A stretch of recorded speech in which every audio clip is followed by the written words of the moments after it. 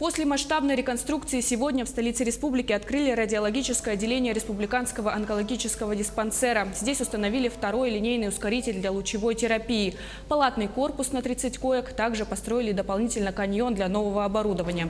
Ускоритель позволяет лечить опухоли практически всех органов и любой локализации, не затрагивая окружающие здоровые ткани и критические органы. Напомним, отделение онкодиспансера, который находился на улице Свердлова, переехал в здание на Стадухина, где прежде базировались два гинекологических отделения Якутской городской клинической больницы. Решение о переезде приняли по поручению главы Якутии Айсена Николаева. Дорогие друзья, сегодня замечательный день в преддверии наступающего Нового года, Рождества Христова. Мы открываем после реконструкции радиологическое отделение нашего онкологического диспансера. Мы все помним, в каком состоянии было это здание еще несколько лет назад.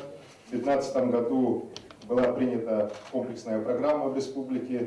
С 2016 года началась работа по реконструкции. И сегодня мы имеем на самом деле даже не реконструированное, а практически новое здание. В ходе реконструкции оно увеличилось почти на более чем в 2,7 раза.